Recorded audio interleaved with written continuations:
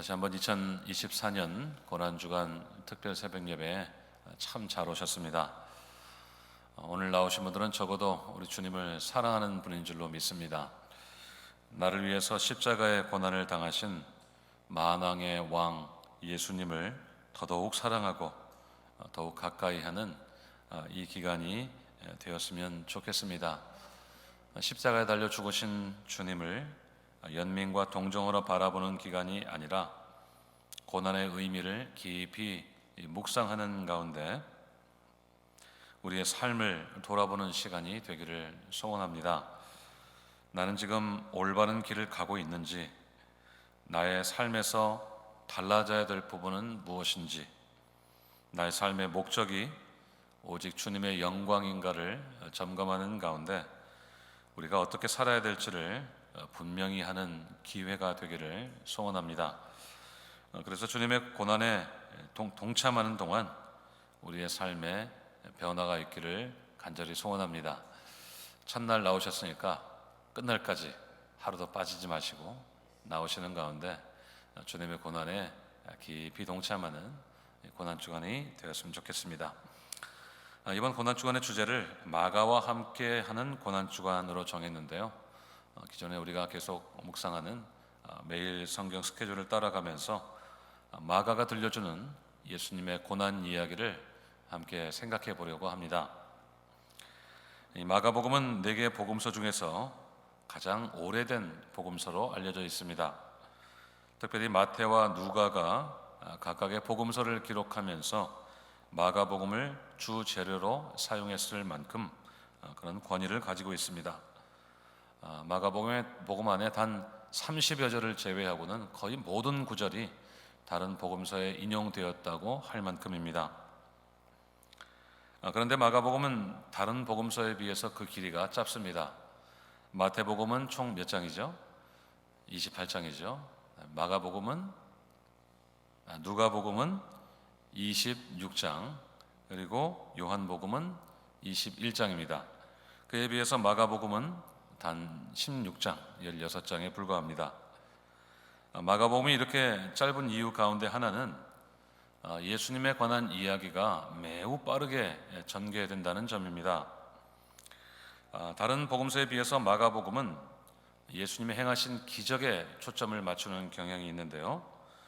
실제로 읽어보시면 예수님의 가르침보다는 행동에 좀 더 강조점이 있는 것을 확인할 수가 있습니다. 예수님이 행하신 그 기적의 목적은 사람들의 어떤 이목을 끌기 위한 것이 아니라 그분이 하나님이심을 알리기 위한 것이었습니다. 그분의 목적은 다른 지도자들보다 더 강한 물리적인 힘으로 사람의 나라를 세우기 위한 것이 아니라 하나님의 나라를 세우기 위한 것임을 알려주시려는 것이었습니다. 하나님의 나라는 이 세상의 모든 지배자들을 초토화시킬 만큼의 강력한 힘으로 세워지는 나라가 아니라 오직 하나님이신 예수님의 복음으로 세워진 나라인 것을 알려주려고 하셨던 것입니다. 그래서 마가는 빠른 사건 전개를 통해서 하나님의 나라가 역동적으로 세워져 가는 것을 보여주려고 했던 것입니다. 매일 성경에 나온 서론에 보면 이렇게 설명하고 있습니다. 마가복음의 예수님은 늘 움직이신다, 이렇게 설명을 했습니다. 그러니까 움직이시는 예수님을 보시려면 마가복음을 보시면 되겠습니다. 다른 복음서도 다 읽어야 되지만 영화로 치자면 마가복음은 액션 영화에 해당된다고 할 수 있습니다. 다른 복음서는 좀 더 다큐멘터리에 가깝다, 이렇게 보시면 될 것 같습니다. 이제부터 마가가 들려주는 예수님의 고난 이야기를 함께 살펴보겠습니다. 오늘 본문은 예수님이 붙잡히신 이야기입니다. 겟세마네의 간절한 기도 후에 예수님이 붙잡히시게 되는데요. 기도 말미에 베드로와 야고보와 요한에게 주셨던 말씀이 현실이 됩니다. 일어나라, 함께 가자. 보라, 나를 파는 자가 가까이 왔느니라. 그 말씀을 하시는 동안 유다가 예수님 앞에 서 있습니다. 그런데 혼자가 아닙니다. 일단의 무리와 동행을 했는데 대제사장들과 서기관들과 장로들에게서 파송된 무리였다고 마가는 밝히고 있습니다. 이들은 빈손으로 온 것이 아니라 검과 몽치를 가지고 왔다고 했습니다. 오늘날로 말하자면 완전 무장을 하고 방탄조끼를 입고 손에 총을 들고 또 방패를 가지고 이렇게 완전 무장을 하고 온 겁니다. 이것만 봐도 짐작할 수 있지만 이들은 군인들입니다. 당시에 대제사장에게는 호위병들이 있었는데 성전 경비대 소속의 정예 부대입니다. 이 군인들은 악명이 높았습니다. 이들이 성전세나 11조를 백성들에게 거둬들일 때면 물불을 가리지 않고 인정사정도 없었다고 합니다. 이들이 어디엔가 나타나면 틀림없이 사달이 난다고 보면 됩니다. 무기까지 들고 나타났다면 어떤 소요 사태도 단박에 진압할 수 있을 만큼 단단한 준비를 하고 왔다는 것입니다. 유다는 이미 그들과 신호를 맞추었고 그가 예수님께 입을 맞추며 인사했을 때 득달같이 달려들어서 예수님을 붙잡았습니다. 예수님은 바로 그 현장에서 유다가 끌고 온 무리들에 의해서 체포를 당하신 것입니다. 참 비극적인 장면입니다. 좀 전까지만 해도 예수님의 유월절 식사에서 한 식탁에 앉아서 먹던 유다가 어느새 제자들의 무리를 이탈해서 군인들을 끌고 왔습니다. 이 중에 나를 팔 자가 있다고 말씀하신 주님의 말씀에 나는 아니지요 라면서 자신의 계획을 극구 부인했던 유다가 드디어 본색을 드러냈고 그의 신호가 떨어지자마자 예수님은 제자들이 보는 앞에서 또 많은 군중들 앞에서 공개적으로 체포가 되신 겁니다. 유다는 더 이상 예수님을 따르는 사람도 아니고 그분의 가르침을 귀담아 듣던 사람도 아닙니다. 그는 그저 예수님을 팔아넘기는 일에 앞장선 악당일 뿐입니다. 언제 예수님의 가르침을 듣고 언제 예수님이 행하시는 기적에 놀랐냐는 듯이 예수님께 가증한 입맞춤으로 그분을 팔아넘겨 버렸습니다. 그냥 팔아넘긴 것이 아니라 십자가 죽음에 팔아넘겼습니다. 예수님의 십자가 죽음의 사건 외에 가장 비극적인 장면이 아닌가 싶습니다. 아무리 전에 남남이었다고 해도 3년간이나 한솥밥을 먹으면 평생 가는 관계가 될 수 있는데 예수님께 직접 선택받아서 부름받고 3년간 사역하는 동안에 중요한 재정을 담당하면서 예수님과 동고동락을 했던 사람이 어떻게 이럴 수가 있었겠습니까? 인간적으로 생각해도 참 너무한 일입니다. 바로 그때 흥분한 한 사람이 칼을 빼어서 예수님을 체포하려던 군인 중에 한 사람의 귀를 쳐서 떨어뜨립니다. 다른 복음서에 의하면 이 사람은 베드로입니다. 그리고 귀를 베인 군인은 대제사장의 종 말고입니다. 아마도 현장은 아수라장이 되었을 것입니다. 피를 철철 흘리는 군인이 쓰러지고 베드로를 붙잡는 군인들을 통해 현장에 있던 사람들은 아마도 크게 동요했을 것입니다. 하지만 예수님은 현장을 정리하십니다. 48절 이하에서 예수님이 말씀하시는 것을 볼 수가 있는데요.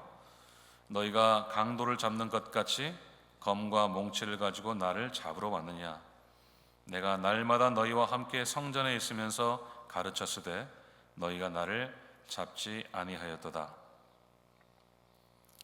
아마도 현장은 그 순간 고요해졌을 것 같습니다. 그들은 성전 경비대로서 예수님이 성전에서 가르치는 장면을 자주 목격했을 것입니다.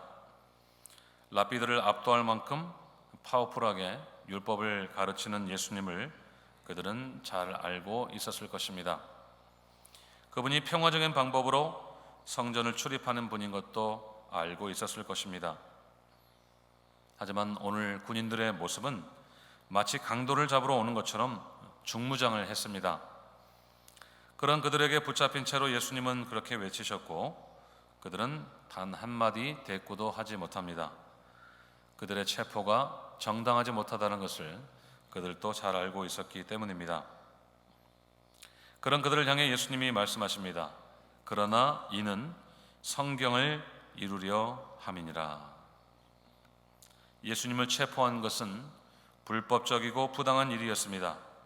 가룟 유다가 모의하고 종교 지도자들이 승인하고 군대를 동원해서 강압적인 방법으로 이루어졌습니다.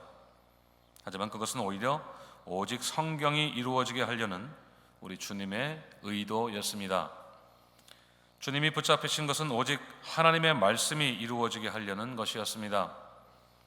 주님의 죽음은 결코 유다와 종교 지도자들의 모의에 의해서 피할 수 없는 그런 죽음이 아니었습니다. 그분의 십자가 죽음은 우발적인 사건에 의해서 일어난 우발적인 죽음이 아니었습니다. 그것은 분명히 말씀대로 이루시려는 우리 주님의 의도였습니다.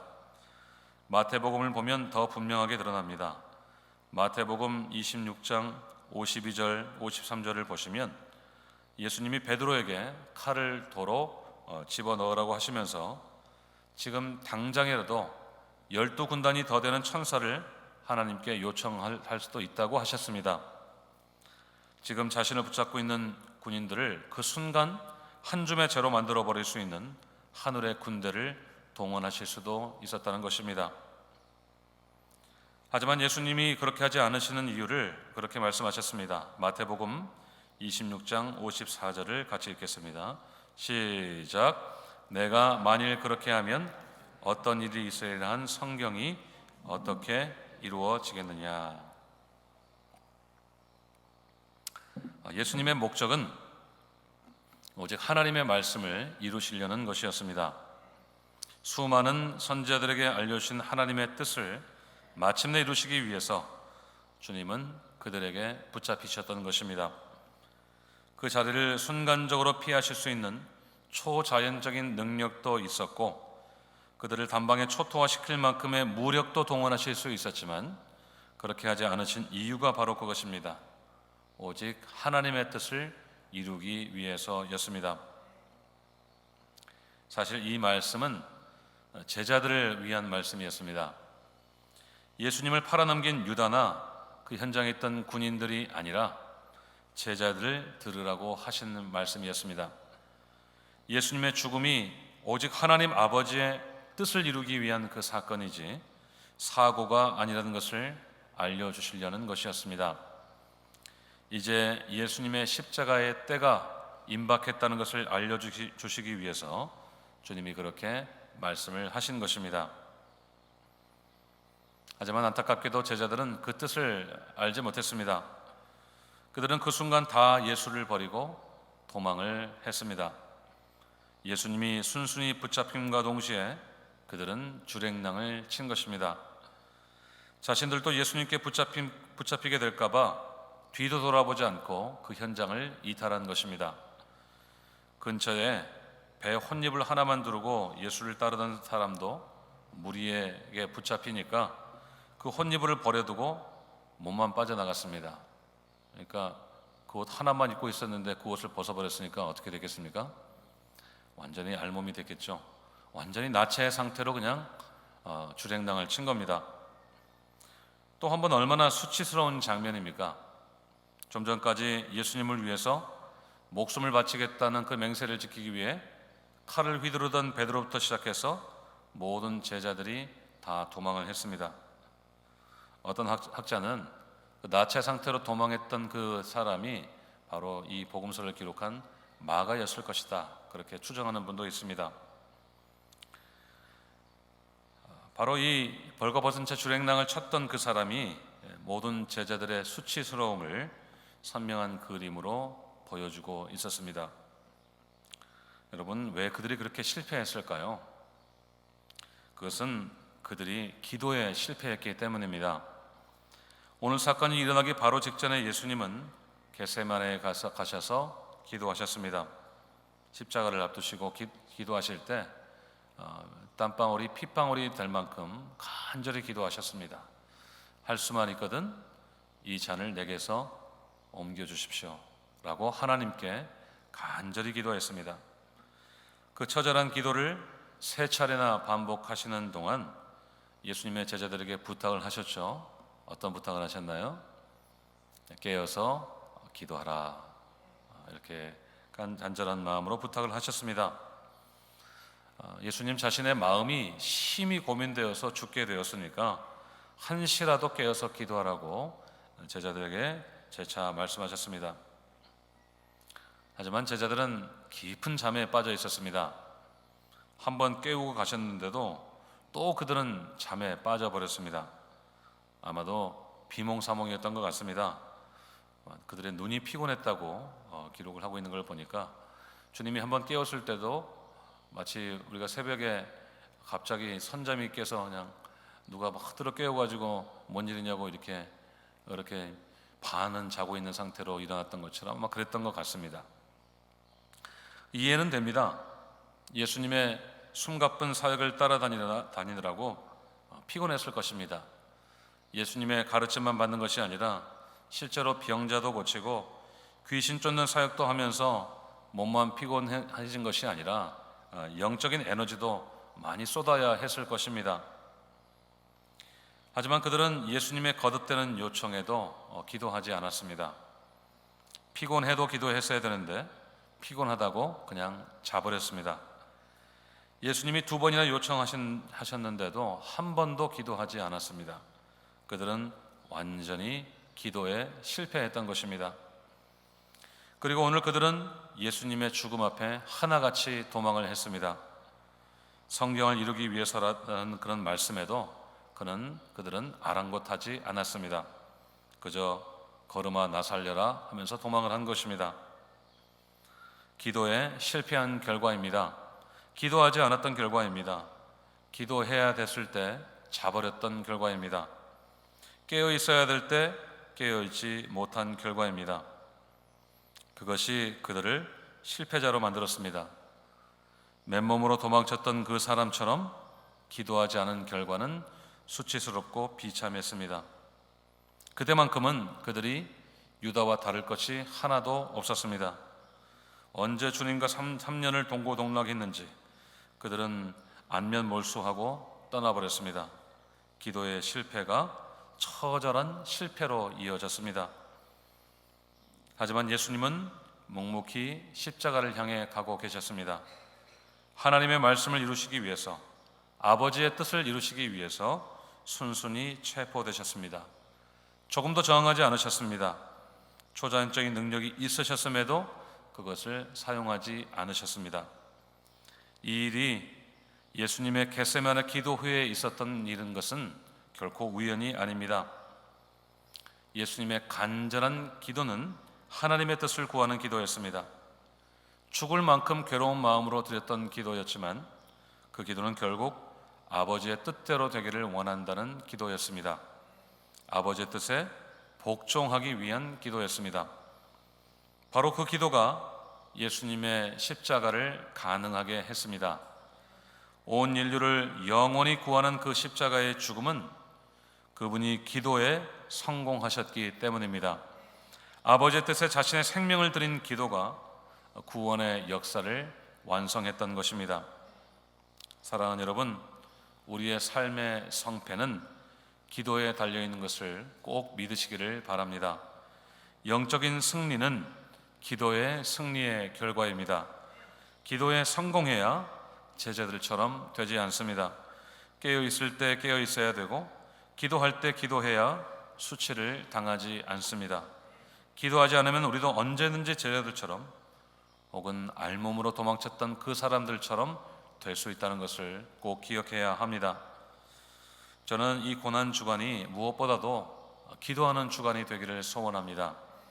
오직 하나님의 뜻을 구하는 기도가 다시 한번 드려지는 이 기간이 되었으면 좋겠습니다. 내 뜻과 내 생각, 내 고집을 버리고 아버지의 뜻에 내 자신을 쳐서 복종하는 기간이 되기를 소원합니다. 우리 안에 은밀하게 자리 잡고 있는 마술사 시몬의 본성을 철저하게 회개하고 제자들처럼 주님의 말씀도 무시하고 잠만 자던 영적인 나태함도 다 버리기를 소원합니다. 나는 해도 안 된다는 식의 영적인 패배주의도 버리기 원합니다. 그리고 겟세마네 주님처럼 다시 기도의 자리로 나아가는 우리 모두가 되기를 소원합니다. 마음이 심히 괴로워 죽게 되었을 때도 간절한 마음으로 기도하셨던 주님처럼 기도에 성공하는 우리가 될 수 있기를 간절히 소원합니다. 그래서 하나님의 뜻이 다시 우리의 삶 속에서 이루어지기 시작하는 이 고난주간이 되실 수 있기를 주님의 이름으로 축원드립니다. 기도하겠습니다.